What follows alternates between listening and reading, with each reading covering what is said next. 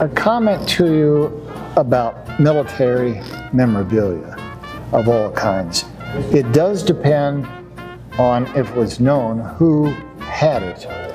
And it doesn't matter if it's American Civil War, World War I, or World War II, whatever. It's a question, things that are a general or a higher rank or involved in a famous battle or what have you make a difference. I see you have some orders and decorations. Those, there are originals and sometimes they're duplicate originals. Right. So when things are handwritten, that's more than typed. And when they're actually signed and not done with an auto writer, that's important. Right. So the subject matters, handwritten matters, obviously condition, and some other factors. Now you tell me what you have. So these are from my grandfather, Samuel A. Lippitz, who volunteered for World War I, the American Expeditionary Force. He was actually in the 1st Liberty Division. Let's see the insignia there. He was actually a musician in the field artillery, believe it or not. So I do.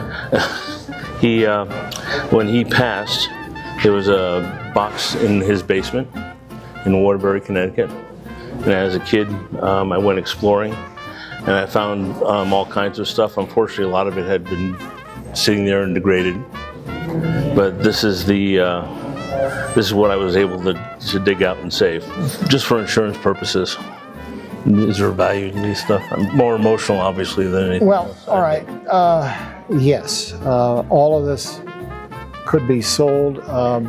You saw what I handed you, Yeah. a few things from our auctions.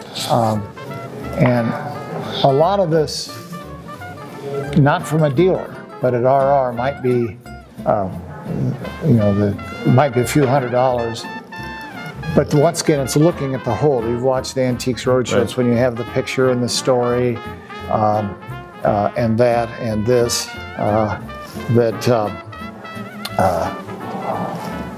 I would think maybe $2,000-3,000 Okay. would be it. So what'd you bring? I've got stuff from my grandparents through great-great-grandparents. This is my great-great-grandfather and great-great-grandmother, and from Civil War era.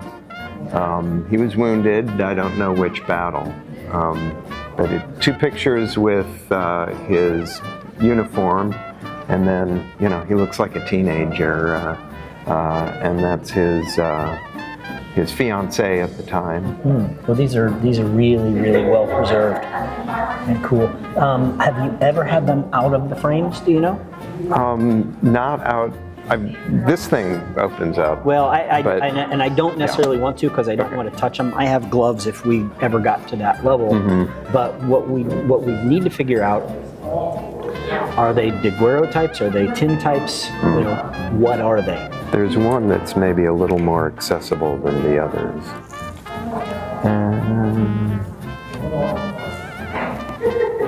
Oh, it's sealed in the back, so I don't know how easy that is to get to. This is the back. That is the back. Oh, okay. So that this makes is it a tin type. A tin type. Okay. Yeah. So this is actually printed on tin. Okay. And again, old tin types and daguerreotypes are collectible. People collect them just based on what they are. Now, when you add in military significance or pretty girls or kids or things of interest like that, that's when that's when they start to get more and more collectible. There are lots of these out there, and lots have survived, but tin oxidizes. Oh, right, and over time you're going to lose detail, and you're going to lose. I mean, the fact that these actually have color almost, like in the cheeks. Yeah. I mean, that's huge. You just don't see that, right? So the value of these is in who they are first, what they are second, and the real value ultimately is to get this guy Oh, yeah. to appreciate and respect what these are. Oh, sure. And then he keeps them when he wants them.